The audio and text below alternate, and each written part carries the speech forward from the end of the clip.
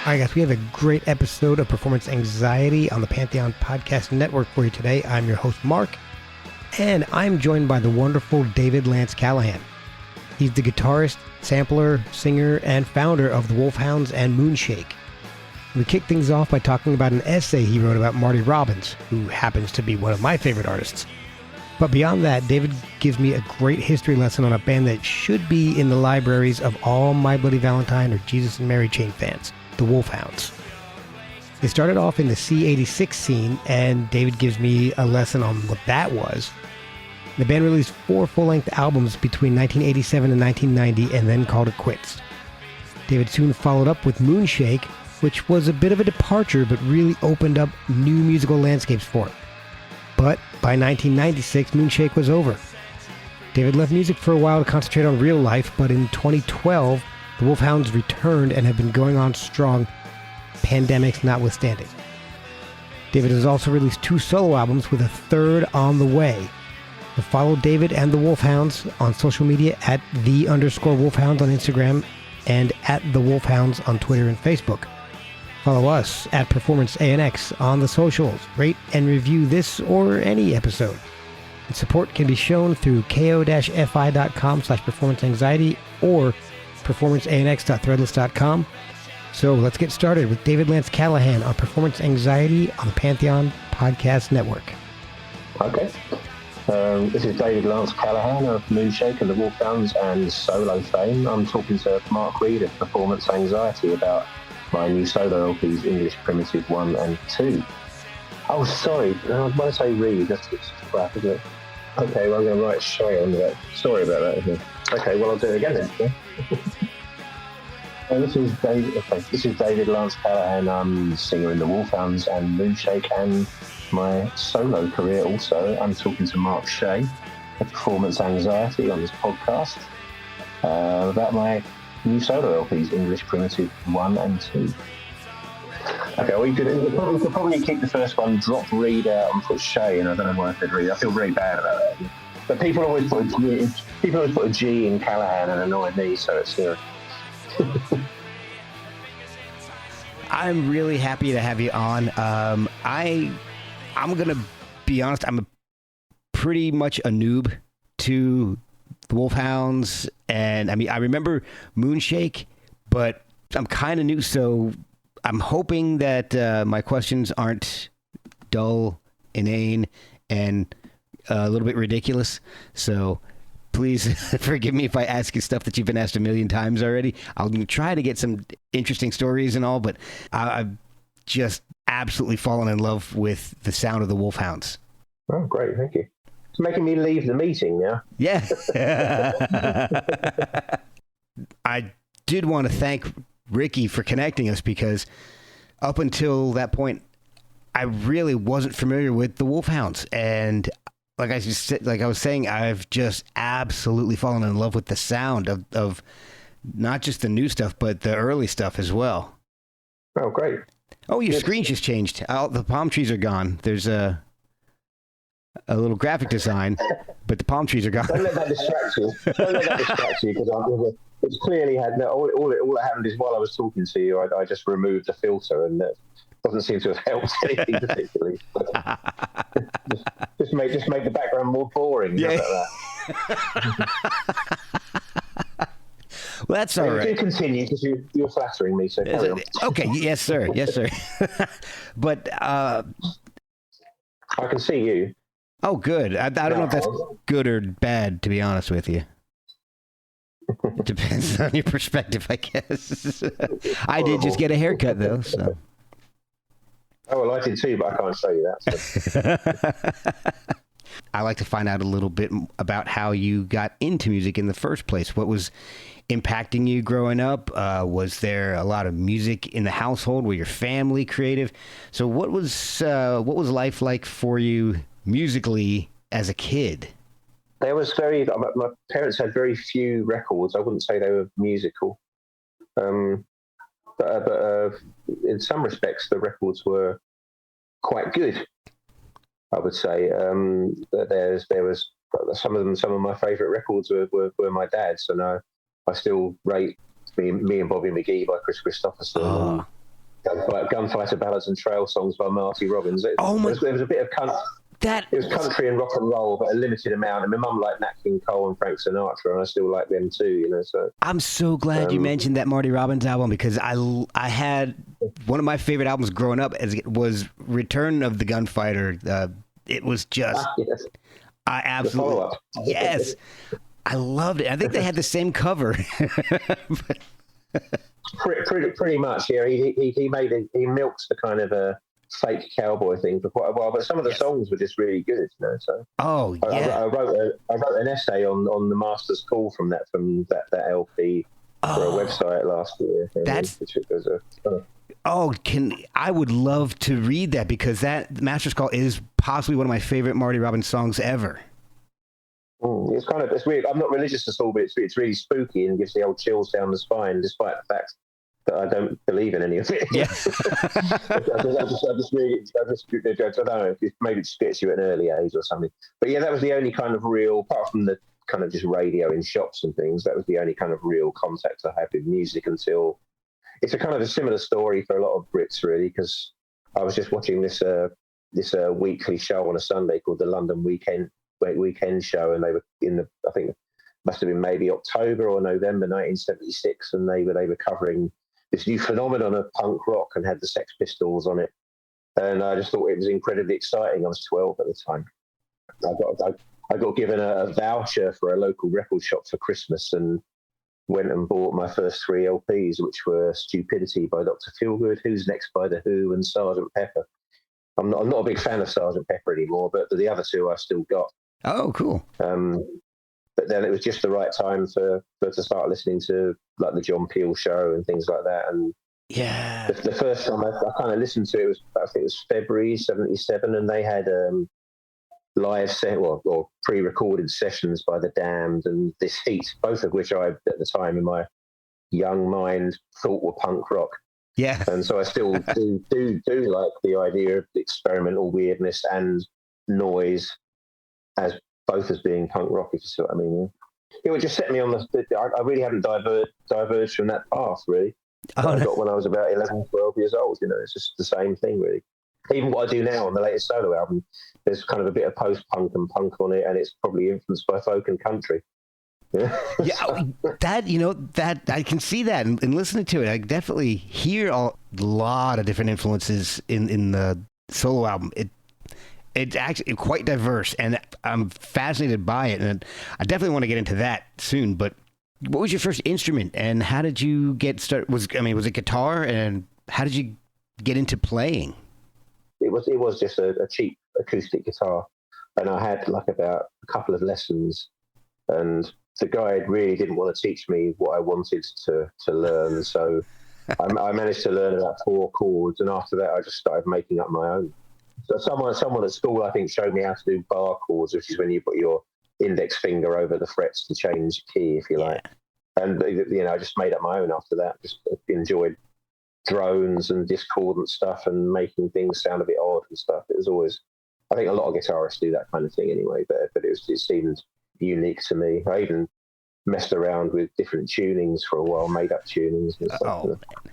That's kind of the way I got into guitar as well, just trying to make something I hadn't heard before. So I was looking up all these kind of weird tunings, and that's the only reason I actually bought a tuner for my guitar was to get an alternate tuning. I guess I wasn't. How did we have a tuner? We used to have these blowpipes with the 6 notes on, and they go out of tune quite often. Oh man! So like a little 6-note harmonica, and you tune your guitar to that. Oh yeah! And when you went to the studio, you tuned to a piano, so you had to kind of hope that they actually got the piano professionally tuned in the recent past. But yeah, it was partly I learned a few things, and then I think the thing about I'm not massively into kind of punk rock as it's called as it is now, but being around at that time was a great enabler. It kind of you didn't think you had to be a musician to. This is such a cliche, but you didn't need to be a musician to make music. You kind of learned it as on the job, So that's what I did, and I've not really ever been scared of trying to play an instrument that I don't know how to play. So most of my overdubs are like one finger on a keyboard or a violin or whatever happens to be handy, you know. Oh, wow. And that's why I embraced sampling technology so early in Moonshake, because it was just kind of work. I can manipulate all these amazing sounds without, you didn't need to learn to play cello and violin or hire an orchestra. You could just like grab a dust spattered secondhand Mantovani type record and sample a few things off that and then play around with it, and it was just so much fun, you know. And it was immediately hands on. You didn't have to be trained like a Zen master for years on something. I'm not disrespectful of incredibly good musicians. But no. I took shortcuts, and I enjoyed making those shortcuts. And they lead you to a different creative place than perhaps training was, you know. Oh yeah, and all that was brand new at the time you started getting into it too. Well, it's a way of retaining your kind of childlike wonder at things. I still have that now, and I'm like 58 in a month's time, you know. So but I still like try and retain that kind of a guileless amazement at stuff if I can. Were you tempered by adult cynicism, of course? Yeah.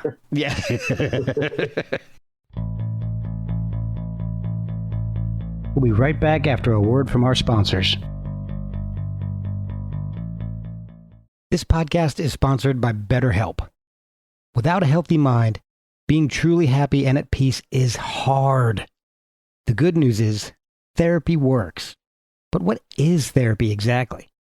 It's whatever you want it to be. Maybe you're not feeling motivated right now and would like some tools to help. Or maybe you're feeling insecure in relationships or at work, not dealing well with the stress. Whatever you need, it's time to stop being ashamed of normal human struggles and start feeling better, because you deserve to be happy.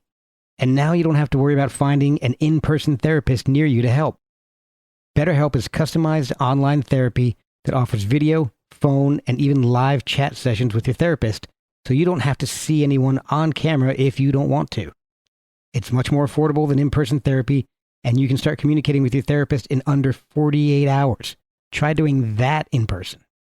So join the millions of people who are seeing what online therapy is really about. It's always a good time to invest in yourself because you are your greatest asset. And a special offer to Performance Anxiety listeners, you can get 10% off your first month of professional therapy at betterhelp.com/performanceanxiety. That's betterhelp.com/performanceanxiety. Thanks again to BetterHelp for sponsoring this podcast. Now, were you singing from the start, or was that something that came a little bit later on? No, and even though I was the singer in most of my bands, I haven't even considered myself a singer until the last few years, really. I can kind of sing a little bit now and have a tone to my voice that is listenable, but before then I considered myself a vocalist. I considered myself more from the kind of Bob Dylan school than the Mario Lanza school, you know, so... Okay. But now I can actually hold a tune. I've got a couple of octaves, and it doesn't sound as harsh as it used to. I don't really like my voice on anything up until this decade, really. I know what you mean. Editing my podcast is daunting every time I do it. God, my voice is awful. People like John Lennon hated their voice and stuff. There's a good precedent for not liking the way the voice sounds when you sing. And my voice, it does separate, you know, the men from the boys. Yeah. the wheat from the chaff, as I like. I keep the chaff, the wheat goes, you know. I was 13 when I started playing and probably started messing around, forming bands, 14, 15. We had me and Paul, who went on to be the first guitarist in the Wolfhounds, had a little kind of post-punk type band called 22,000 Flowers with another kid from school called Dave Lewin. And we used to assemble in Dave's kind of parents' lounge when they weren't in and play like Casio keyboards and melodicas with guitars and a cheap bass. Paul was lucky enough, he lived in I guess what you call a project in the States, just like council flats, as we call them here. Okay. And the woman upstairs, her son used to beat her up, and she chucked him out in the end. And he had a bass and a guitar and an amp or two. And out of spite, she knew that Paul in the flat downstairs was interested in music and brought all this equipment down and just gave it to him. Oh, wow. It was just for nothing. And it was all cheap. it was not very good equipment, but it meant that we had this. Essentially, we've been given, apart from drums, we've been given a band's instruments to mess around with. It was like great. Oh, it was all, and I still have tapes of it. It doesn't sound too bad. It sounds like very much the kind of thing you might have found on Rough Trade in 1978 on the 79. So. Oh, that is awesome. Yeah, I found a release. Well, I guess more of a song, and it was "Shelter from the Rain" by the Changelings. Was that the first thing that you ever recorded and had released? Yes. Yes, it was. Yeah, that was a song I wrote when I was 15.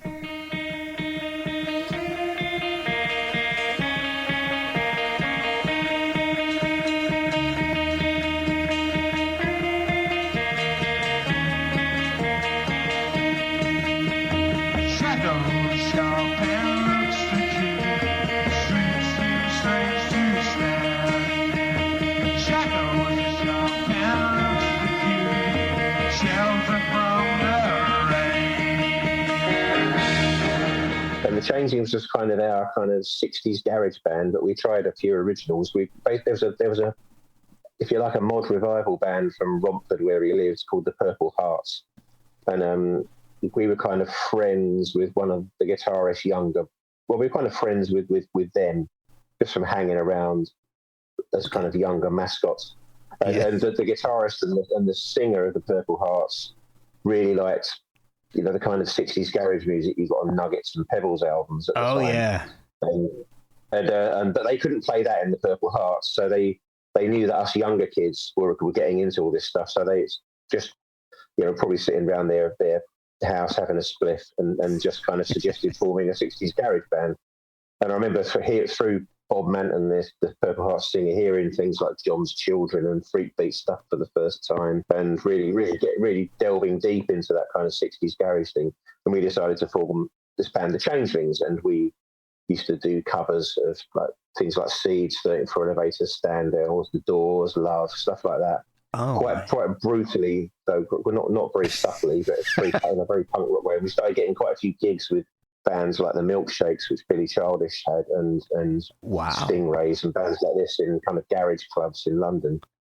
And me and Paul, who was also joined the band too, started introducing our own originals, at which point the Purple Hearts guys went away and started carrying on with their main band. And we were left with this band, the Changelings, and which have kind of mutated into the Wolfhounds once we'd started to write mostly our own stuff. Okay, that makes sense. Still with them. And then it started getting more kind of post-punk than, rather than 60s garage, the modern bands I liked at the time, other than the kind of Rough Trade stuff, which was nearly over by then, really, were bands like the Gun Club, the Fall, Birthday Party, kind of stuff with a bluesy or Velvet Underground edge, but had very kind of literate singers, people who wanted to do stuff with the lyrics that wasn't quite much though. I love stuff like Cold Water. It wasn't that kind of thing. It was like a more kind of a descriptive and in some ways experimental way of writing words, Right, yeah. And I really admired. I thought Jeffrey Pierce and Nick Cave and Mark Smith were great lyricists. I like the Cramps as well. They were very witty. That was the stuff I was kind of hanging my hopes on in kind of the sort of 83, 84, really, Yeah. So, we kind of, and we'd kind of, we'd be infected with the kind of anti-rock idea of kind of post-punk bands. And so, we weren't really, we still retain the idea of not doing long solos, keeping things brief, keeping things short and sharp and shocking, Yeah. I guess it was later it started to be called indie, but we were kind of doing it kind of blindly, just trying to sound like what we wanted to, ourselves really more than anything else, Right. Yeah. We started hearing kind of those kind of post-hardcore bands like Sonic Youth and the early Big Black records and things like that, and all that stuff was feeding in, and then later we started to hear hip hop, of course, in the late 80s, and even that started feeding in, Yeah. But it was I had this theory about how my music's developed, but how a lot of pop music develops in that how it happens is you try and imitate things, but you're so inept that it can't help but come out sounding like yourself. So you're just not good enough to be anyone else. So but you can be excellent at being yourself. Oh, that's brilliant. I love that. Well, that goes into the new record. Is that nearly everything on Primitive 1 and 2, which is coming out later this year, is basically I wanted to, as a little private hobby, I was trying to imitate the tunings of West African guitarists. Like the kind of desert blues people, as they call it, Malian kind of stuff. Yeah. And I'd read somewhere that they used an open G. I don't really know what an open G is, so I tuned my guitar to a G chord, and it didn't quite work. And then I took a note out of it and tuned it down, and suddenly I had this kind of tuning that did sound a bit like West African guitarists, Oh, wow. but also didn't, and had bits of folk and rock and roll elements too. Okay. But I really liked it, and I've kind of did this about 5 years ago, and since then I've written more than 100 songs using this tuning. It's just a completely kind of work-a-day blank canvas tuning for them. Whenever I pick up the guitar, I play something different. And it's just one of those lucky accidents. There's like, probably half the songs on the last Wolfhounds LP, and almost all the songs on these 2 solo LPs are written in that tuning. And there's also another 2 LPs worth of stuff I've written that I can't do anything with yet because there's not the time, That's incredible. It's just one of those little sometimes in your musical or creative career, you just have breakthroughs. And they feed you for years afterwards, and this tuning was one of those things. That's amazing. Oh my gosh. So I have a couple questions about the early years of Wolfhounds. First of all, how did you guys pick the name Wolfhounds? Because I love that name. I love Wolfhounds. My aunt had a few. I've just stuck with it. When I was 15, 16, I had older friends. One of them was this guy Malcolm, who'd been in a local punk band called On the Outside, and I kind of known him from the youth club and going out and about, sitting in graveyards, drinking cider and doing speed and stuff. And he I knew he was into music. He loved the Clash and one or 2 other things, Bowie, I think, and stuff like this. And for some reason, he decided that he wanted his band to be called Nasal Spray and the Wolfhounds, and I've got no idea why he did that. But we did a couple of gigs doing that, and we did a cover version, I think, of Baby Come Back by the Equals, and oh my God, 1 or 2 other things. The whole thing seems kind of absurd. It was just kind of like an odd thing, but we did 2 gigs and then broke up, and he went off to Leeds University, and I never saw him again, even though I liked the guy. But oh man. But then we had some gigs coming up, didn't like being called the Changelings, and decided that we'd go under the name the Wolfhounds, and suddenly we started getting reviews and we were stuck with it. So that is hilarious. What exactly was the C86 scene? Because I'm not familiar with how that came about and who was involved and how that whole scene developed. In the early to mid 80s, the biggest selling music paper was New Music Express. Right. And every few months, they would do what would happen is they would have a compilation cassette of hand-picked kind of songs that the writers on the paper liked. Yes. And what you would do is you'd buy a few issues of NME. And then you would send the vouchers off and get this cassette through the post, and they'd be compilations of blues and jazz and torch songs. And in 1981, they did C81, which had all the post-punk stuff on, like Perubu, Scriptability, and so forth. Okay. They decided to do a kind of, if you like, a test of the pulse of the independent scene in the mid-80s with a cassette called C86. And we were lucky or unlucky enough to be asked to be on it. And they'd give you like I can't remember, maybe £100, and you go to a studio and record a song for this cassette. Foolishly, we decided we'd get rid of a song we didn't really like, because of course no one would buy this cassette and no one would be interested in this free cassette. We just put a song that we wanted to get rid of on there, so that's what we did.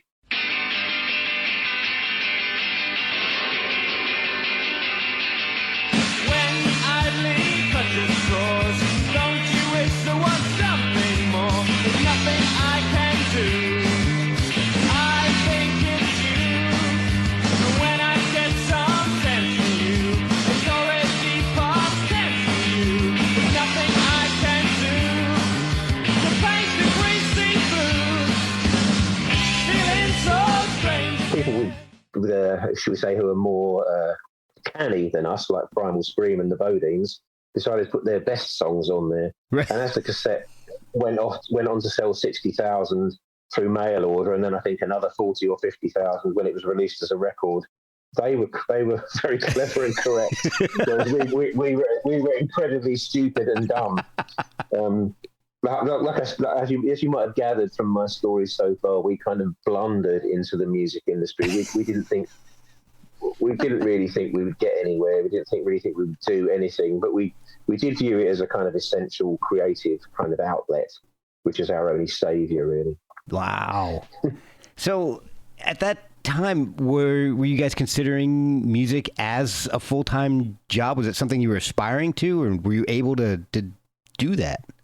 There's nothing like that. We just didn't think it would ever happen. Wow. So, and then it was happening, and it led to a great deal of confusion in the ranks. Like, it's kind of at some point you had to kind of make a decision about whether you were going to pursue this as your main thing in life you were going to do or not. And some members dropped out because they didn't have that faith in themselves. Others remained because somehow we managed to keep imposter syndrome at such a level that we could carry on doing it. so that's how we ended up being poverty-stricken touring band until that 1990. So what was touring like for you guys back in because this was around the mid-'80s or so, right? Yeah. Were you able to go around touring, or did you have to stay local? And what were you guys? What was it like? Because I'm not familiar really with for lack of a better term, the conditions you guys had to endure as a touring band. The conditions would be in this country, at least, it would be sitting illegally in the back of the transit van on the equipment, being driven around, England and Scotland, and sleeping on people's sofas and floors. But often getting quite good crowds in the clubs and so forth. Oh, okay. We did manage to tour the continent, continental Europe quite a lot. We did a lot of shows in Holland, Belgium, France, Germany. So we didn't quite make it to the States. We had, just when we broke up, we had interest off what was then Homestead Records and became Matador, but we broke up before we could really follow that up. Though Gerard Cosloy at Homestead, who later went on to be the head guy at Matador, did eventually sign Moonshake, so he had a bit of future faith in what I was doing, as did Alan McGee. We were about to sign to Creation as the Wolfhounds, and then that all fell apart, but he and his partner Dick Green gave Moonshake a kind of a development deal, if you like. Oh, okay. And put out the first record on Creation, so we were able to do that. But yeah, most of the time we were battling against kind of though it's now a genre and people seem to respect it. C86 was more of a kind of, it was like being tarred with I don't know, earmarked as losers at the time. Oh wow! You spent 6 months being the dog's bollocks here, and kind of everyone thinking you were fantastic, and then the next kind of 5 years trying to live it down. Oh.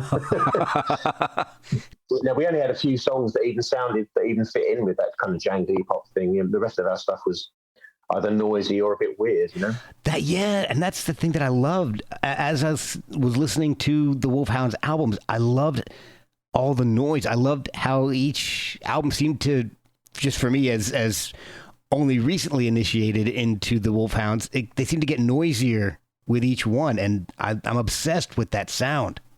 There's a definite, not so much progression as regression here, but I always like that.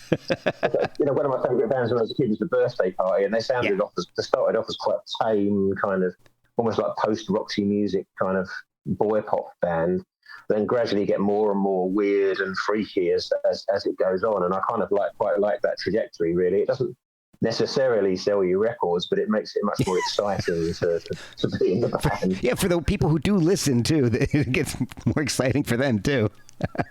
Well, I hope so. At least it's a small amount of people anyway certainly appreciated it, I think. Well, that's what I loved about it, because I listened to the first one, and I tried to listen to them in order, and by the time it got to Rite of Passage, which I love, that's just an incredible track, and Blue Nowhere, oh my gosh, those are just amazing songs.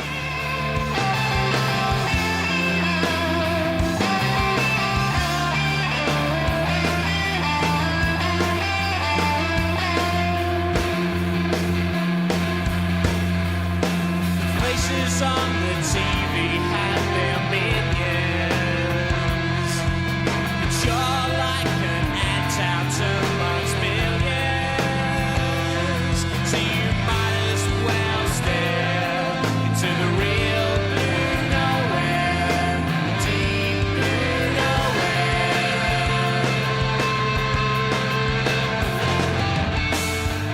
I have a question about guitar architecture. It's a very interesting track to me because to me, it sounds like an avant-garde or art rock type of song, something in the vein of like a Rhys Chatham or Glenn Branca. Were you interested in that scene at all? Was that were there any influences from that? Kind of, guitar architecture is just a throwaway track from the last CD, and it was really meant to be aping Rhys Chatham or something, Oh, okay. It's kind of probably about the least important one on the CD as far as I'm concerned. So Maybe I think Rhys Chatham and Glenn Branca and so forth had already done that. We didn't need to do it, so it's a bit of a silly, youthful indulgence, really. Ah, but I like it. The best stuff on that is our our mainstream Wolfhounds kind of things, like I guess like kind of, I can't even remember what's on their Gutter Charity and things like that.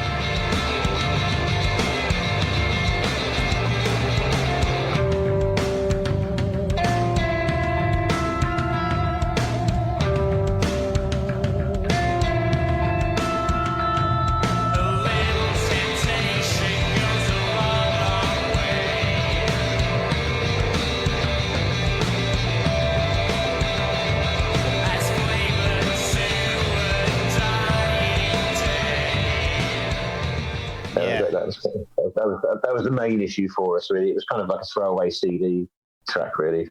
Oh, maybe that's why it stuck out for me. It's something you could do the ironing to, I guess, without too much distraction.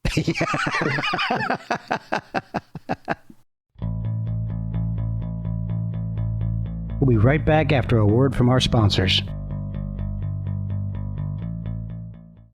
So, at what point did you guys decide that the band was done? Was it a mutual thing, or were you guys I guess the most simple way to ask this is, why did the band break up initially? Because we'd done 4 LPs and we were still rehearsing in our parents' front rooms, and we still had no money and people would still put our records out, but it just seemed time to move on, really. We were in our late 20s, kind of still kind of hand to mouth. It just didn't seem right, really, Yeah. So we just had enough. We just had enough of it. I probably, now in retrospect, if I think back to it, probably we could have carried on with that name and developed maybe the way that Moonshake went, and probably done okay. But it just seemed time for something new, really. And during the recordings of the last 2 Wolfhounds records, like Blown Away and Attitude, I've managed to get my hands on a sampler a few times, and I was really excited by what they could do. And at the same time, I thought I was much more kind of grown out of just thrashy noise, really, and was I kind of listening back to things like Pill and discovering krautrock like Callahan and Faust and things. And it seemed like all those elements could combine to make something exciting. Originally, at the end of the Wolfhounds, the original idea for Moonshake was to have kind of a metal box type rhythm section with lots of samples and harmonies like the Birds over the top. And okay, I don't know, still sounds like a fantastic band to me, and no one's done that. But that's not how it turned out. Though most of those elements were in there. The harmonies I couldn't really do, but everything else ended up as it was. So did you jump into Moonshake immediately afterwards, or did you take a break? It's pretty seamless. Okay. No, well, there's a break for the fact that the band broke up and I was trying to put another one together. Yeah. But really, the Wolfhounds finished in 1990. By 1991, I had a new band and a new contract and was working on a new direction. Now it doesn't sound so much kind of, you can hear the direction going through all the records, but at the time it seemed like a radical change, Right. The first EP has a definite Creation Records sound to me. I mean,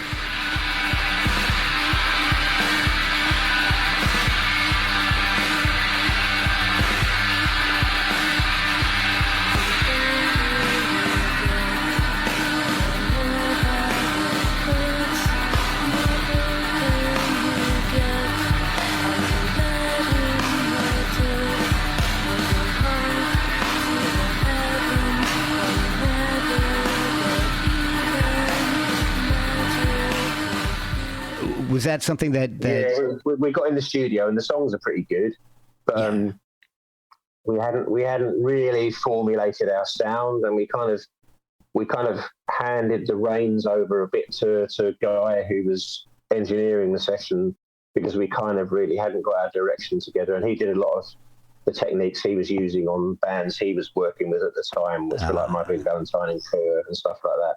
In retrospect, we should have waited a bit longer to record and started, out bang with Secondhand Clothes, the second single, but that's not what happened. And Guy carried on working with us, and he was very good at directing mine and Margaret, my co-writer in the band's kind of whims and ambitions after that. But the first one was a very touching.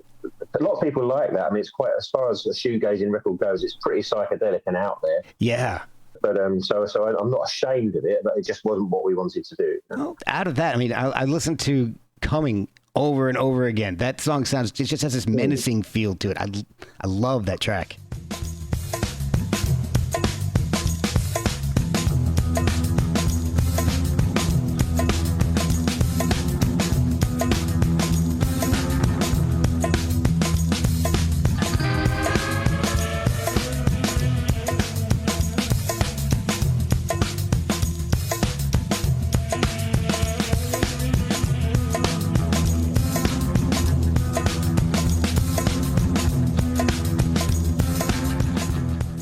Yeah, there's a better version on the John Peel session that's coming out.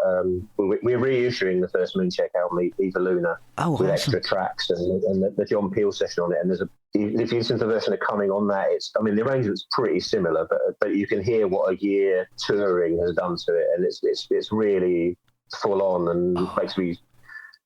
I listened back to it recently for the purposes of putting it on that record, and I thought this is I can see we were really on the ball live. This sounds like a really tight band at the peak of their powers. So I was really pleased about that. But the song's good, yeah.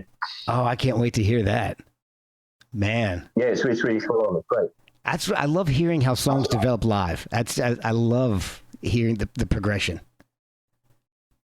Yeah, it's a bit of a luxury being able to hear it back if you're in the actual band, because often you write a song and then you go straight into the studio and record it, and then after that you kind of hone it live.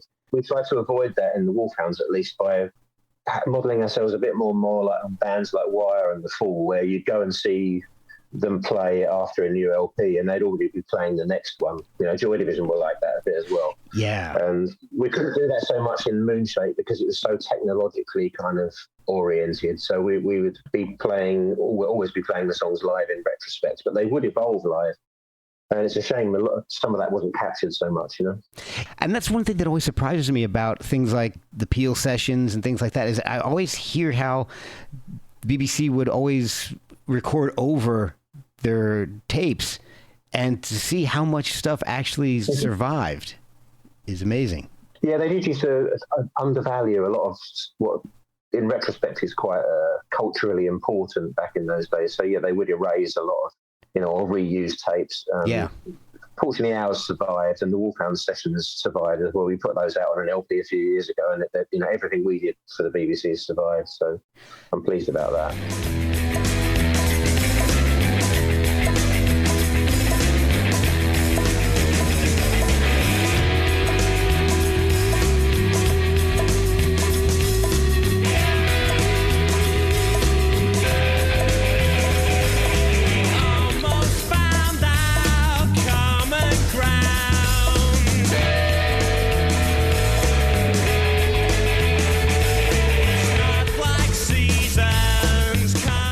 That is awesome. Oh man, I'm excited to hear all this stuff, because I love Peel sessions, because they're always, since you have a limited, I think it's what you do a live take, and then you allow like one overdub, and then it's done.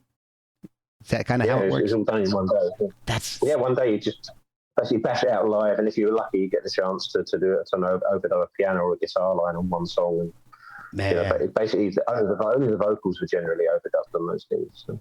I love it, because I love hearing like the raw versions of the tracks that I already like. I kind of like when things get stripped down and it's more of a live feel to it. It's always more exciting to me.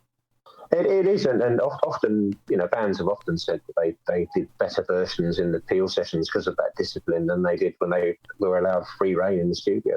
Yeah, that's a recurring theme I've discovered on this podcast, is that when you get more creative when you have limitations and deadlines. I think that's definitely the case. No one likes a deadline, but Right. It definitely forces you to do work. Yeah. So the thing about modern technology, I have a whole recording studio on my laptop that I'm speaking to you through now, and I have a house with rooms that I can record instruments in and microphones. Basically, the first Moonshake album, Eva Luna, which cost about £20,000 at the time, I guess about $30,000 to record, which was only a modest budget at the time. Yeah. I could do that for less than £2,000 at home now. Yeah, it's crazy. But that makes you undisciplined. That means you can carry on recording and redoing things and mixing them forever. Yeah. So the good thing about having a record to put out is that it focuses you. You realise you have to have these songs be coherent together, as we've done by a certain time for them to come out on a record or a CD. And basically, you could start a music website and you could just keep remixing and rejigging all your songs, and I guess have people following you and just hearing the new versions all the time, and it could go on until you die. Yeah. But the whole point of a creative act is to have a finished thing, and the act of actually releasing physical media and playing physical gigs focuses your mind on that. Oh yeah. I mean, the last thing you want to do is become Axl Rose and delay an album 16 years and then have everybody think, why did we wait 16 years for this? I'd say that about I'd say that about anything he does. Honestly, I would too. I'm not a. It's all a matter of taste, but I'd be wondering why I wasted 16 seconds waiting for it. I'm sure he'd be fine to say the same thing about me, or wouldn't even consider me. So. You did go deeper into the electronic and dub sounds with Moonshake. Was that a direction you wanted to do since the Wolfhounds? I mean, was that something that you thought of that you could do with that band, or was that something that developed more with Moonshake? No, it was ambitions I had at the time. The players in the band, I think, as far as indie bands go, we had one of the better written sections in the Wolfhounds. Yeah. But I started listening to much more hip hop, much more dub, much more kind of even jazz and stuff like that. And I figured that there wasn't enough of those influences in kind of underground British music, and I could see a massive, great kind of gap in the creative market that I could fit this in. And there was no other reason other than to go for it, really, because no one else was doing it. And if they were doing it, they were doing it in a very commercialised way. And I thought there was a whole lot of stuff that could be said with those forms that wasn't being said, and that I could relate to and could hopefully cause other people to relate to. And I was right to a certain degree. So. Oh, yeah. And America really took to us. We toured the States loads, Oh, I remember seeing Moonshake albums, and I like I said, I don't remember the Wolfhounds, which, I don't know how well distributed they were in the U.S., but I've definitely... We never got released in the States. I remember when finally got to Los Angeles with Moonshake, and there was a big queue of people with Wolfhounds records to sign, and they'd all bought them on import for like 2 or 3 times the cost they would be over here. Yeah, I remember doing that. Yeah, Moonshake records were all released in the States, and I mean, obviously we weren't in the charts or anything like that, but we did pretty well for attention and got to tour the country, North America quite a few times. We did Lollapalooza and I did a 3-month tour, then we did Lollapalooza as part of it, things like that. Yeah, I just wanted to ask if I thought I remember seeing something about Lollapalooza, but you guys kind of got screwed on that, if I remember right. I wouldn't say that. We were kind of. We wanted to do it, but I'm not sure we were a good fit for it. That's all. It's a bit exaggerated. I wasn't pissed off with Lollapalooza. I just kind of, we weren't going to be on the main stage. We weren't big enough, but we were kind of stuck on the back of a lorry as a side issue. And while I got on with and liked some of the bands on the second and third stages, it just wasn't a good fit. That's all for us. We were a club and concert hall bands, really, out in the open, our kind of music. It went down well sometimes really well. There was a show we did in Vermont that was fantastic. It was in the rain and people just went mad, and it was great. Oh, that is awesome. On Lollapalooza. But sometimes it was just like people were just looking at you and you were looking back at them. It was like you coming in. I went on an expedition to Madagascar once, and I was in a hammock, and I felt a lot of shaking on the tree. And I woke up and it was at dawn, and I looked up and there was a lemur looking at me, frozen, just looking at me. And I was looking at it frozen. And that was kind of how we were like on stage on a Lollapalooza crowd. They were the lemurs staring at us, and I was the human being staring at them, and none of us knew what the hell we were looking at. It's a convoluted way of saying it, but you know. That is, oh my gosh. I actually can picture that. And I've got to say, I was guilty of some of that on some of the Lollapaloozas that I saw for second and third stage acts too. So I know exactly what you mean. If I was watching Guns N' Roses, I'd be looking at them like I was a lemur who didn't understand what I was looking at. Bingo. So what I know, after the Big Good Angel album, the band kind of basically just split in half, didn't it? And was that a difference in songwriting, or was it just you guys being together too much? What happened? No, I think it was a communication problem. You know, a creative relationship is pretty much like like any other relationship. It's kind of, you have to be able to communicate. Yeah. And I don't think me and Margaret, who pretty much shared the writing credits equally, we ended up having two quite different ideas of how we should be developing, and not talking about them with each other, which inevitably causes rifts. And I'm as much to blame for that as she is. In retrospect, I think we should have tried to work harder at that. We talked about it recently. We're still friends. Okay. We weren't for a long time, but we've met each other in the last few years, and we get on. You know, we like each other. But having talked about it recently with her, just in passing, we figured that lineup of the band could easily have had 2 more LPs in it, and if we'd kind of been a bit more mature and talked and communicated a bit more, we could have got those 2 albums out of us, you know. But it's just a shame, really. Can you contact my dead wife? Is she still near?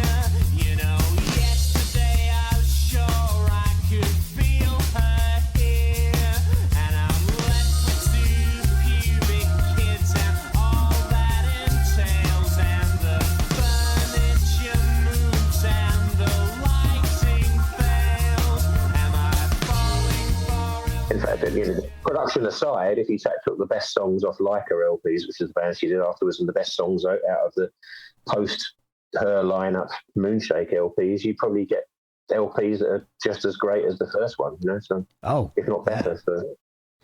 Well, I went back to listen because when the Moonshake stuff came out, I was into like super heavy stuff, and to my own detriment, I didn't listen to a lot of stuff outside of, I don't know, I when this stuff came out, I would say probably grungier metal stuff.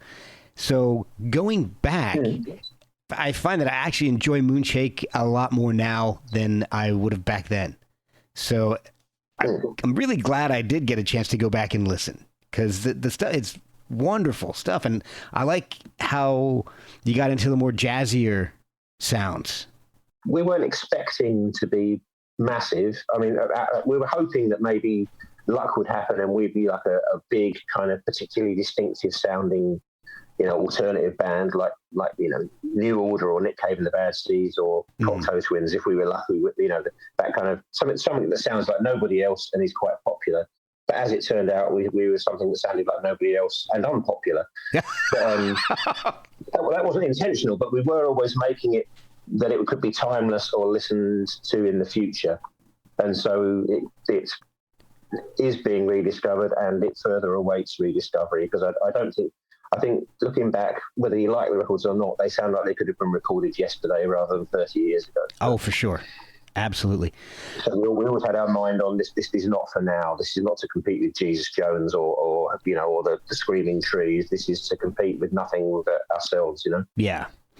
I just stumbled across one sentence in my notes, and something I wanted to ask, but I actually just kind of flipped over for some reason. Early on, when you guys were first forming the Wolfhounds, I heard a story that, I don't believe it was the Wolfhounds, that you signed a record deal or agreed to a record deal over the phone because you didn't want to wake your mom up at like 2 a.m. That somebody called you at like 2 a.m. It's true, yeah. I just gave the demo tape to someone I was introduced to at a June Bride's gig at the time. It would have been 1985, I think. I was still living at home then, and yeah, the guy rang me up at 2 a.m, the bastard. and I agreed to sign to the label just to get rid of him, but my mum had already woken up, so all that went wrong, really. And then I just went into rehearsal next week and said, "Oh, we're here to have a record deal. You fancy it?" And everyone, we'll put one out, see how it goes. Oh my God! No one seemed that excited, to be honest. So actually, privately, I think we were all excited, and when we got the first test pressings home, we were like, fucking hell, this is amazing, we've got a record out. And then when it was actually played on the radio, it was just like awesome, That's incredible. And then it got like single of the week in all the music papers as well, so it's good, it all came too easily, really. I don't think we really valued it. We kind of always, we just always thought it was just the luck was going to run out to the very next day, and shortly after it did. That was probably our fault for having that attitude, really. If we'd been a bit more kind of like, we deserve this is what we should get, then we might have been a bit more successful. Maybe. It's hard to say, but it's hard to fight that feeling if that's kind of who you are, because that's the way I feel with this podcast. Like when I ask somebody to be anybody really to come on and do an episode and they agree to it, I'm just kind of like, really? Okay, I appreciate that. I'm kind of shocked. All right. I always thought this was a cultural difference, though, between Americans and English, because we have much more of a class system. I mean, you have a more kind of a monetary based class system. We have an actual kind of genetically based class system. Yeah. And if you're from a working class background, which we were in the Wolfhounds, you kind of partly have a chip on your shoulder with resentment against your kind of relatively lowly lot in life. Yeah. And you also have what I called earlier, what's called imposter syndrome. You don't think you deserve these chances you're getting because it's not for the likes of you. So unless you're consciously aware of that, it affects most of the things you do. It's kind of inbred in you, Whereas Americans have that much more kind of gung-ho, like, of course I deserve this, I'll get there in the end, we're just millionaires in waiting, Yeah, well, hey, perhaps it's my Irish DNA that I have that, because I have some of that as well, that the Irish are more, less influenced by the class system, more kind of, we've got nowhere lower we can go. Yeah, exactly. And anything is up from now on. Exactly. But there's a definite genetic version of I can only go up from here. So yeah, well, I wish I had a bit more of that, to be honest. But yeah. Well, I mean, it seems nowadays, I think I deserve everything that happens to me, bad or good. So. But yeah, hey, I actually have maybe it's something that happens in your late 40s to early 50s, because I've got that as well, and I never used to have that. So I don't. Maybe kids do it. I don't know. Well, in my 40s, which is supposed to be your peak, you're supposed to get your peak earnings in your 40s. Oh, and I didn't notice the difference between that and my 20s, So I'm thinking financially, I may well always be a loser. I don't know. Hey, well, I certainly know what I know. I've never had a clearer idea of what I'm doing and what I want to do creatively than I have at this moment today. So it's funny you mentioned that, because I was thinking that the same, a similar, that if I knew what I know now, and I could tell my 20-year-old or 21-year-old self what I know now, things I would have stayed the course on a few things like college and some rough jobs that I had and professional transitions. I would have stayed that course a little more. Yeah, it's part of being young, though, isn't it? I mean, I thought I had to drop out of college. I did a year at an ecology course at what they used to call a polytechnic then, which is like poor man's university. But okay. I thought I had to drop out of that college to do the band, to do gigs and make records. And actually, I could have done the whole of my degree and done all that, and it wouldn't have got in the way at all. But that's the way it is. I had a professor suggest I drop out, so that That was fun. Really? Yeah, I went Very to. encouraging. Yeah, I know. I went to college for photography, and my family was going through some rough times at that point, and my head was not in my studies. And so every once in a while, he would do one-on-one meetings, and he's like, you don't need a degree to be a photographer. I'm like, oh, okay. I'll take that as a hint. And not so much as a hint as like, what are you doing here? Soon after that, I left. Definitely one of the most hands-on things you can do, isn't it? So. Oh, yeah. Yeah. There's good points to going to school for it. And then there's kind of like any other trade. You really don't learn a lot until you're out doing it and working. Yeah. So, all right. So, what was the surplus? And was that something that came out after Moonshake was over with? Yeah, it was kind of. Yes, it was. It kind of was a thing I did with a woman called Anya Bukila, who's singing on one of the songs on the next record. Okay. Oh, cool. It was kind of my first attempt to kind of combine sampling with acoustics and stuff, and it didn't really work at the time, though I kept some of the songs since then. They've come out on Wolfhounds records, and I think there's one on the next kind of solo record and stuff. It's just cool. There's a whole eclectic bunch of songs that all didn't go together but seem to have fitted in later with other stuff I've done. So I've kind of kept a few of them around, Oh, that's awesome. But yeah, we kind of did about maybe 6 shows, did some demos and that, but it never really worked. And then I had kids and I had other kind of things to occupy my mind for a while. So is that why you stepped away from music for a while? Yeah, it's just you can't have kids and you have to think about feeding and clothing and putting a roof over people's heads a bit more clearly. I did that with photography, so I know I feel like we're parallel in some degrees here. I just about had to support myself through, odd jobs and music on my own, but I certainly couldn't do that with a partner and 2 kids to think about. So, right. I had to get jobs. It's as simple as that, really. Proper jobs. Oh, well, that's cut and dry. So what brought the Wolfhounds back together? We got asked to. We basically got asked to do a show on the 20th anniversary by Bob Stanley of St Etienne, who was a kind of fan of the band back in the day. Okay. At the Institute of Contemporary Arts, the ICA, which the original C86 nights were at, and there was quite a nice amount of money we got offered as well. So we done basically 2 Reformation gigs, partly for fun and partly for money.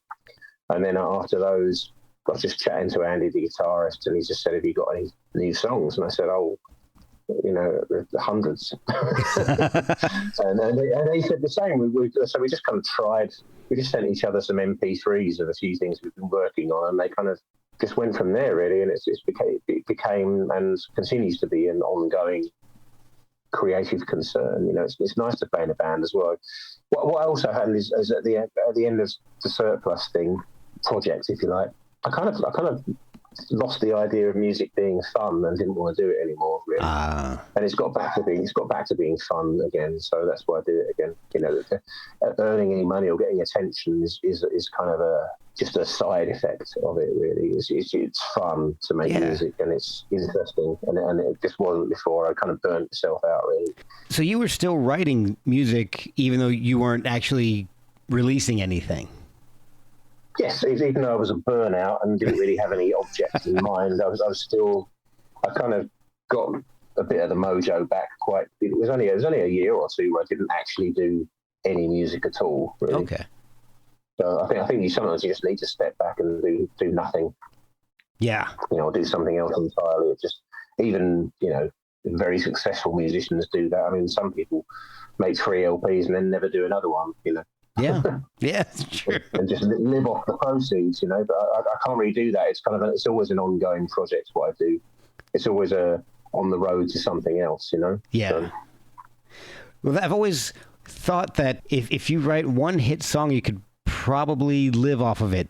I don't know if you could do that nowadays, but 80s, 90s, you could probably do that. That would be lovely in many respects, but on the other hand, it's like a death knell to anything creative. I mean, I've known one or two people who did very well with one song, and in some respects, it kind of strangled their creativity. You know, there's lots of people who have been number one with their first single, and then everything after that, they've barely done anything, and what they have done is mediocre. You know, it's not. I never thought of it like that. In many ways. I always think of it as like you get number one, and then you're set. You don't have to worry about it. But yeah, I guess if I look at it as a creative endeavor, yeah, you might end up screwing yourself. Well, one's seen from a distance people getting very famous. It's like, well, the first 3 REM albums are really good. And then at some point, either the band or their management started going, you guys can be the biggest band in the world. And so they start making records to achieve that. And the quality just decreases and decreases. Yeah, absolutely. That you start making records with that kind of world domination idea in mind, rather than just a creative expression or having some kind of creative ideal you're working towards. It becomes more, and I don't see why you can make enough money without trying to be U2.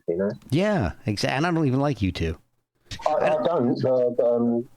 I find their music eternally compromised. But other people are perfectly they're welcome to like it. I don't really judge people for liking things I don't. Oh no. But I'm more concerned that I've always liked things because of the artistic rigor of them, and things I don't find much of that in. It's more a case of not that I find things offensive. It's more I'm just not interested in them. Exactly. I guess I just don't understand how they're so big. I mean, I do admit I do like some of their early stuff. I just don't understand how they're still making stuff that people. I don't know. They like that whole big thing they did with the iPhone, where you bought an iPhone and their album was automatically on it and you couldn't get rid of it, kind of a thing. That's the kind of stuff. I managed to get rid of mine. I managed to get rid of it. I was very pleased about that. I got rid of it with a day of receiving it without ever listening to a note. I'm sure that's partly how you get that big, really. But even as big as bands like that are, there's still 6.5 billion people on the earth who've never heard of them and don't care about them. That's a good point. There's always perspective, Yeah, exactly. And that's one of the reasons I love doing this podcast, is because it gives me different perspectives and makes me think about things in a completely different way from a new angle. And that's why I really appreciate when I have some great artists on, people like yourself, people like Ricky Mamie, help me maybe look at things from a different perspective. So it's always fun. Good. I started listening to the reformation of the Wolfhounds, and I love Cheer Up. I think that is was a great first single to release when the band got back together.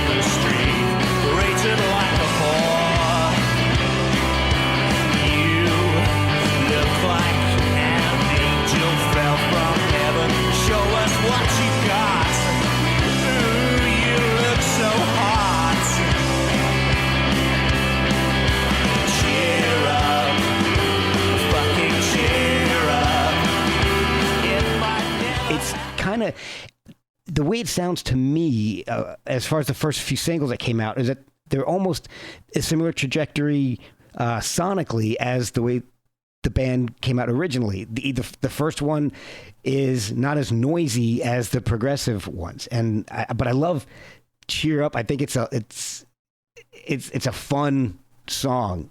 I think it was a great way to reintroduce the band to everybody.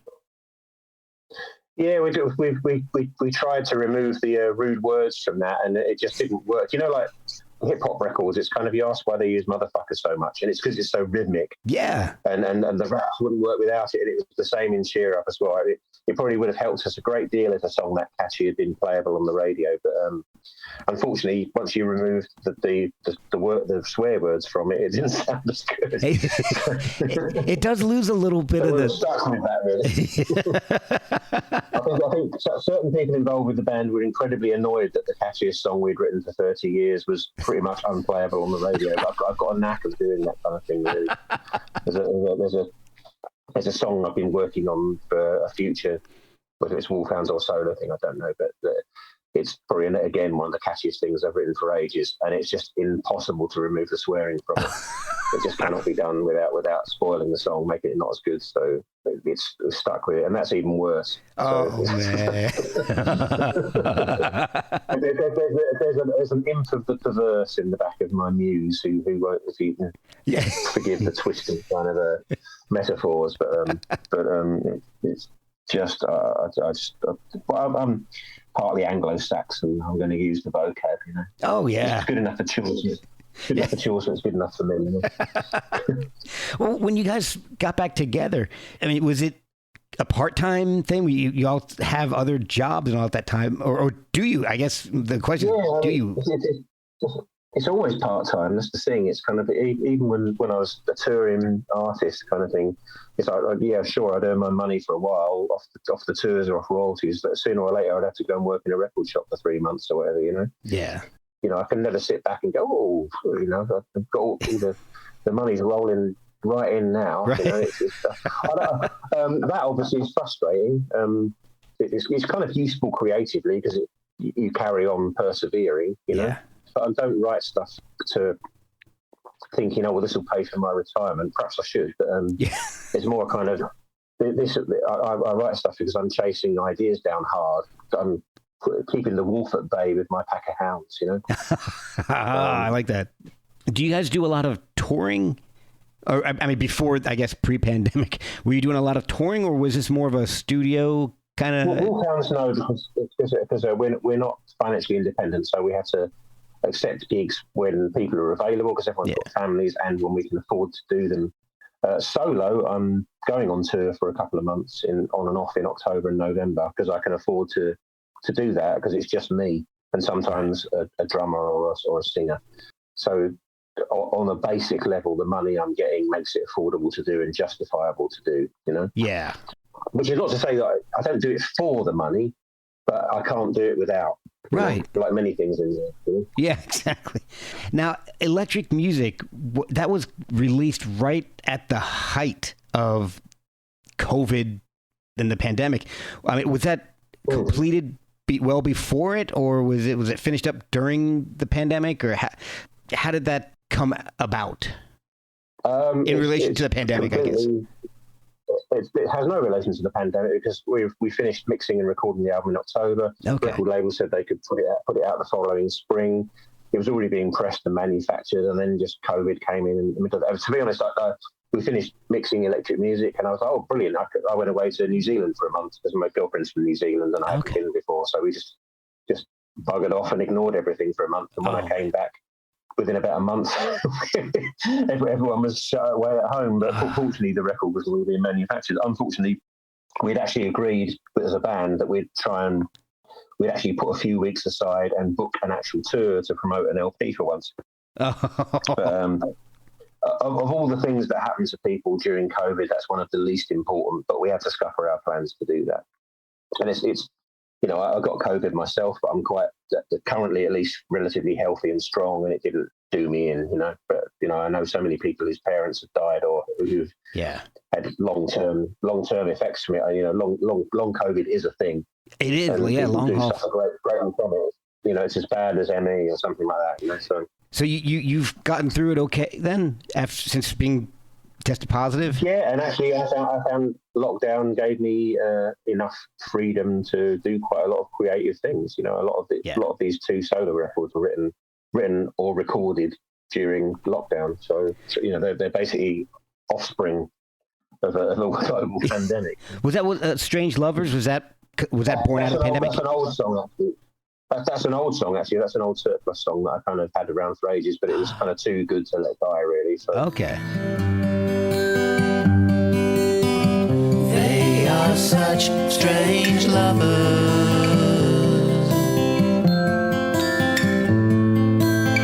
so different from each other.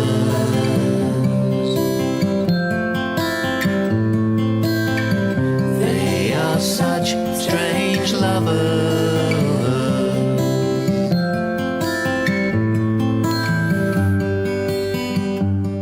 It was kind of too straight to allow on. The LP started looking very dark and quite gothic in the traditional sense, not in the kind of Sisters of Mercy sense, or baroque. Baroque and gothic, really. But I guess. And that song didn't really sit anywhere, and I, it seemed like it'd be a good single because it was quite a catchy little number. Oh yeah. So English Primitive 1, make that distinction. So that came out in October.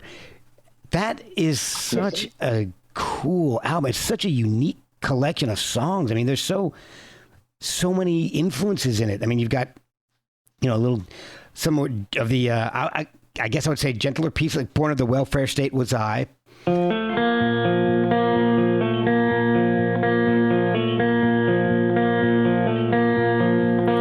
Very peak of civilization, born of the welfare state was I. Defeat of disease and devastation, born of the welfare state was I.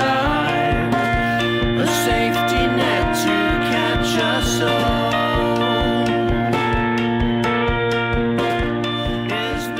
But I think my favorite, and I can't overstate how much I love this song, is Foxboy. There's this Indian, Middle Eastern influence in it, and it's just incredible. I absolutely love that song.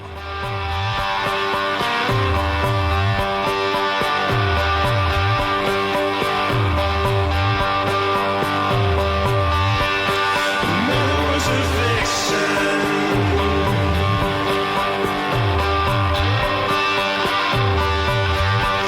and Daddy was a dog.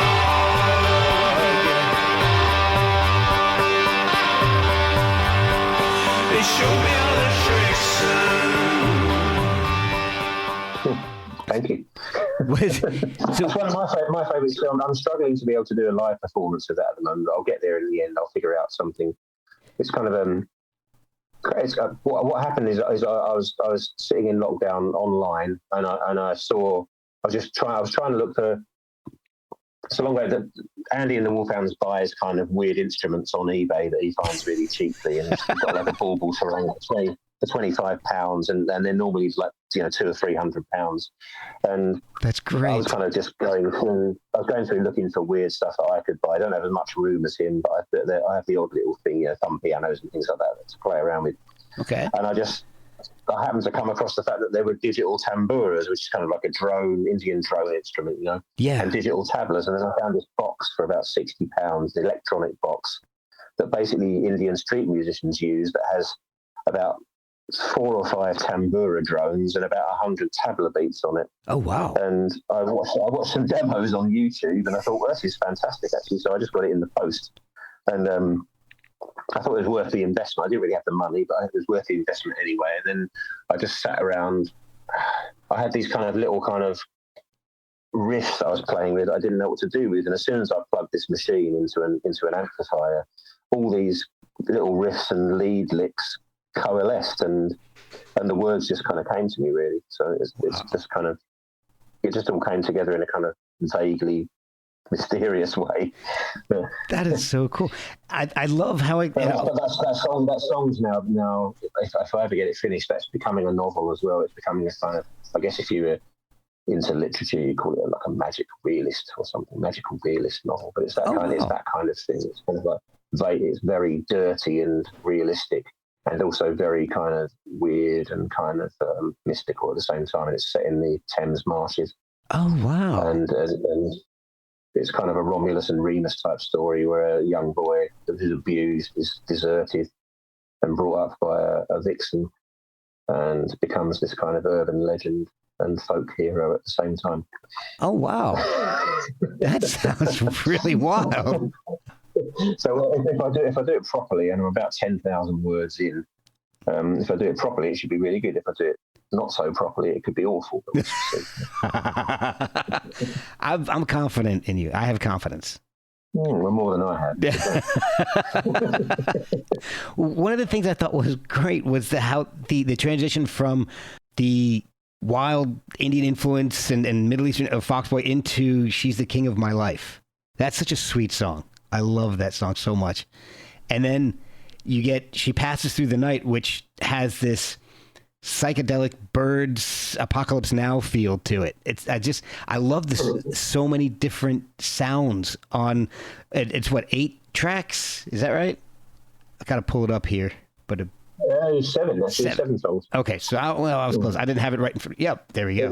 There's eight on the follow-up, which means that's just slightly shorter. See, I was thinking ahead. I didn't feel inhibited. Often when you're writing songs for a band, you feel like they should be disciplined. They should be like 3.5 minutes, 4 minutes, maybe 5 minutes long. Solo, I don't feel those restrictions. I can play things as long as I like, and if a riff works for 10 minutes, then I'll play it for 10 minutes.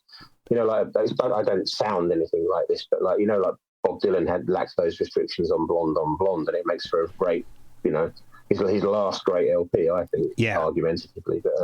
But if you want Stuck Inside a Mobile to be 8.5 minutes, then it's 8.5 minutes. It's kind of maybe it's not that long. I don't know, but the song needs to be as long as it needs to be. You don't have to edit it if you don't want to. So that's the way I've approached the solo recordings. Is the songs are as long as they naturally and intuitively need to be. And possibly I could chop a verse here and there. It doesn't really matter. Yeah, but I don't. So. Yeah, that's the beauty of it coming out as a David Callahan album and not the Wolfhounds. It's up to you. Yeah, and also I can just have it just me, or I can just ask who I want to be on it, and they can say no or they can say yes. So it's kind of, it works that way for me as well. It's kind of, I like the emptiness of it. I find my guitar playing, again, if you're in a band, you have to respond to other people, which is a good thing in that context. But here I don't have to respond to anything other than my own kind of playing. Yeah. It can develop, it can spiral out of itself, whereas rather than keep going in a circle kind of thing. Yeah. And you've got some other musicians on it. Was it done in a studio? Was it a home recording? And was it difficult to get everybody involved and in the same location with COVID restrictions and stuff? Yeah, it's very difficult, but the COVID measures meant that there were windows in which you could meet other people, and as long as you kept testing and wearing masks and gelling up and all that, you could. It was doable in the end.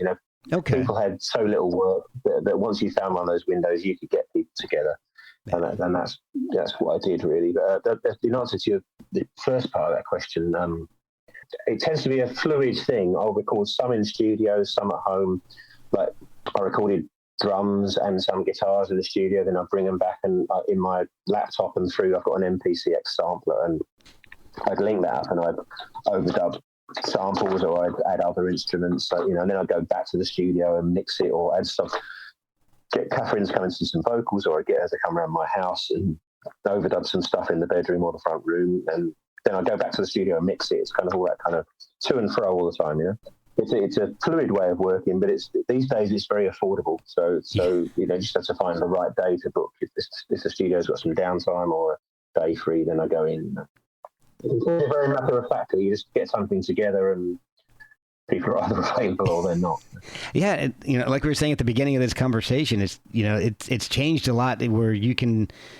Where an album would cost $30,000 or more to create, just to record it, and you don't have those restrictions now. You don't have the monetary restrictions necessarily when you can record a quality stuff at home.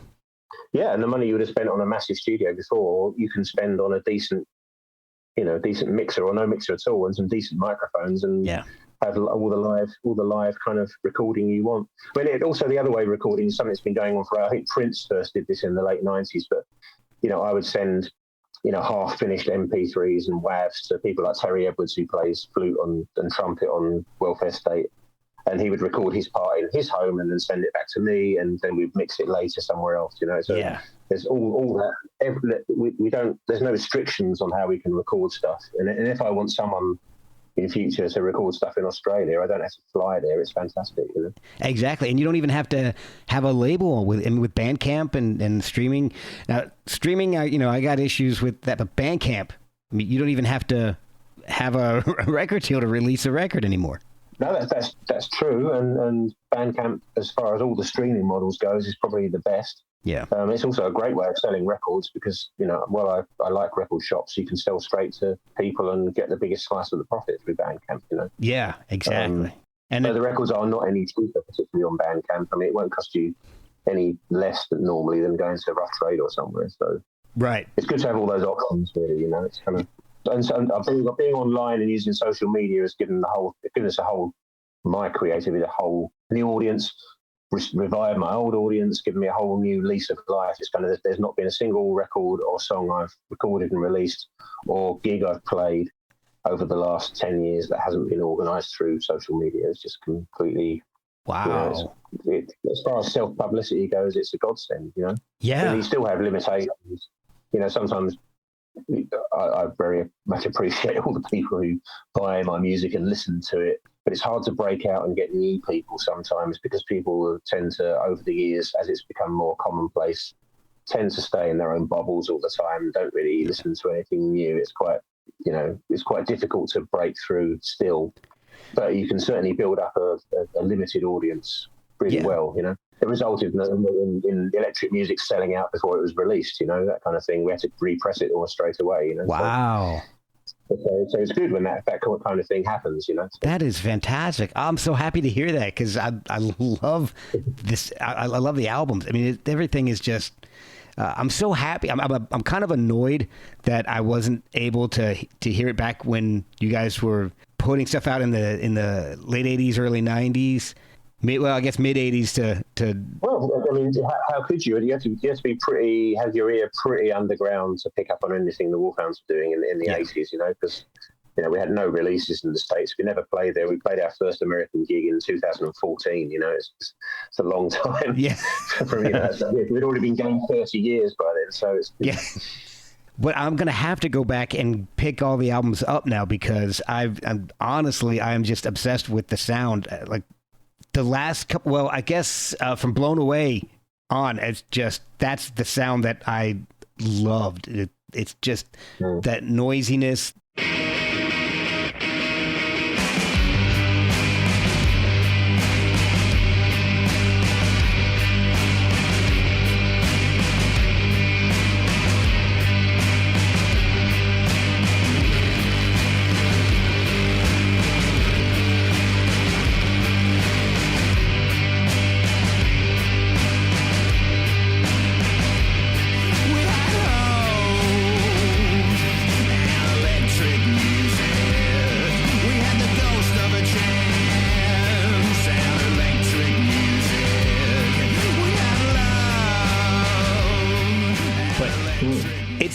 What I liked about it, what kind of drew me to it, I guess, most is that musically it's in that My Bloody Valentine vein, which I love, but I can hear the vocals and I can understand what you're saying, which I liked a lot.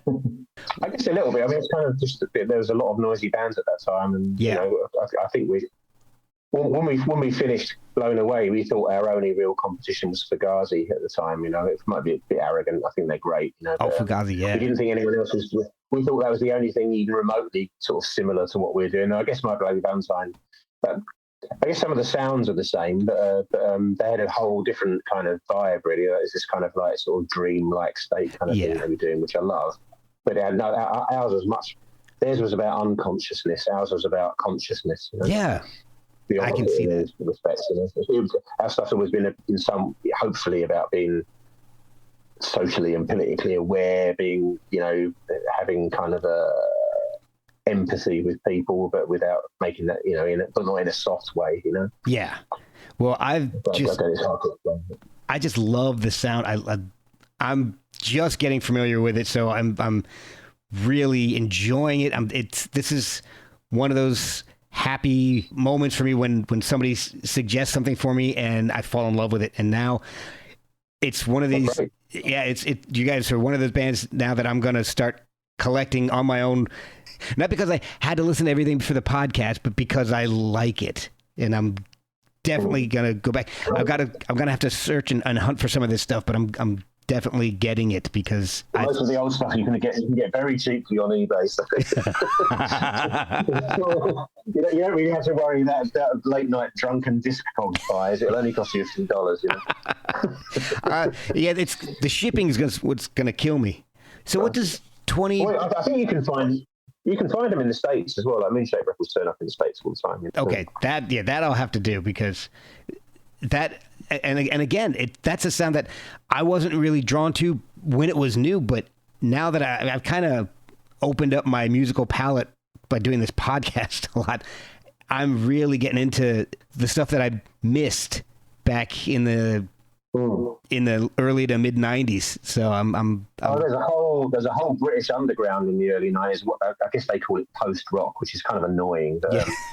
There's bands like Bark Psychosis, or Stereolab you've probably heard of, but bands like Pram and Bark Psychosis and stuff like this, they were all kind of part of that scene and used to share bills with Moonshake and stuff. Disco Inferno, people like that. They're all worth discovering and all completely distinctive and individual. You know, I remember Bark Psychosis.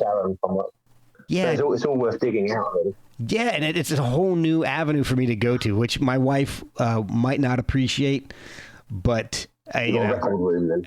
Oh God, man, I'm telling you, I'm not a huge vinyl collector because I used to listen to everything in my car. So but I have a huge CD collection. It's like 3,500, 4,000 CDs, something like that. So it's just more for me to add to. I'm not going to discourage it. What does 2022 look like for your solo album and for the Wolfhounds? Wolfhounds, we haven't really. It's kind of at the moment, there's no plans, so I've got really, maybe the odd gig or two. Solo, I've got the second English primitive album should be coming out by sort of September. Okay. I'm booking the tour as we speak. There's already 6 or 7 dates in place. I think my year in 2022, because of COVID and because of Brexit and because of the, should we say, somewhat expensive visa kind of problems of getting anyone like me to North America, means that I'll be pretty much staying within the borders of the UK this year. Hopefully all that stuff in future will get sorted out because I often have offers of gigs on continental Europe and occasionally in the States, and it would be lovely to do them. But, work permits to the States, it's going to cost me close to $2,000 to even get over there, and people won't pay me enough gig fees to justify it. I've heard that so often. I don't know if you know about this, but it costs Americans about $25 to play here, plus the airfare. So there's a kind of cultural imbalance there, which I think we should sort, because it used to be easy to go and play in the States. That's why in the 90s you had nothing but Brit bands touring constantly, Yeah. But I want to get abroad with my solo stuff, if possible, and it'd be good to do some more stuff with the Wolfhounds too.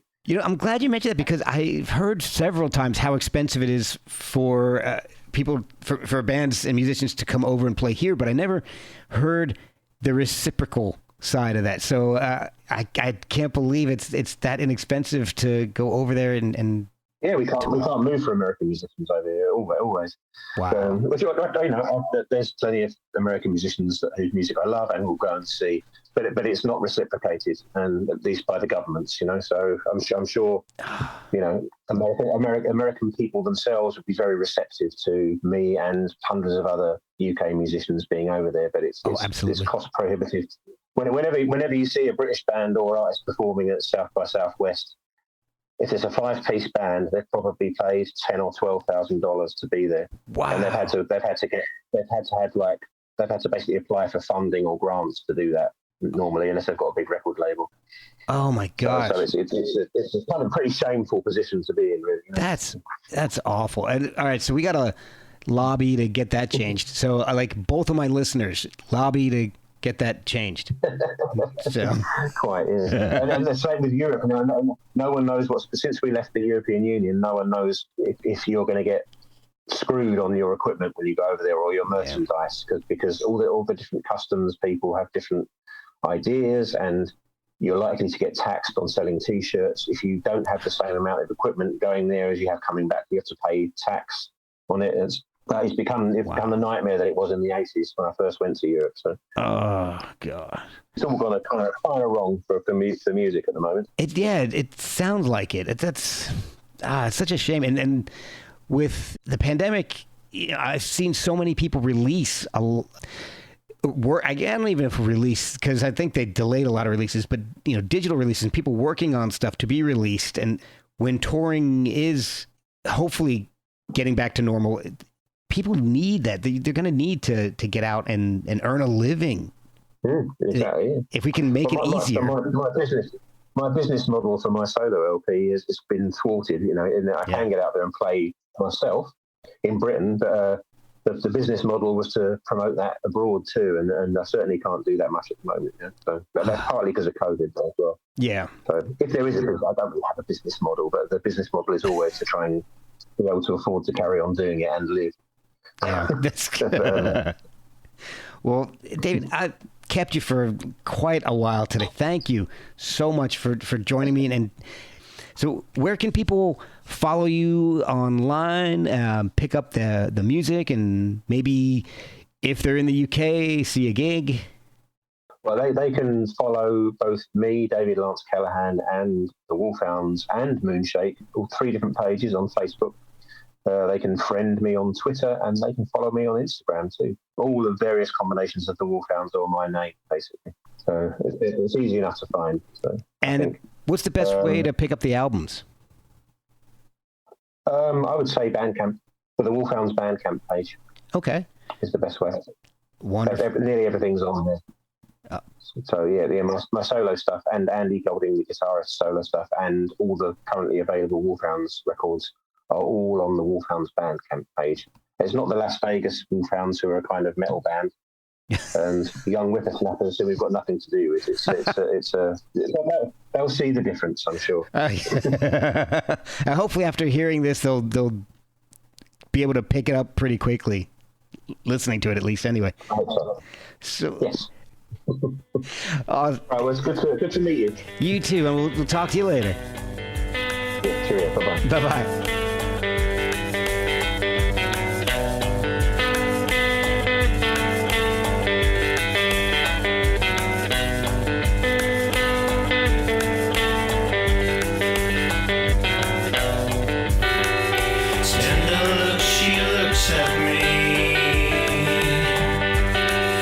Tells me that she's scared. I'm on tenterhooks and I confess I'm scared too. I know my weakness. She's the king of my life, but I'm making progress. She's the king of my life.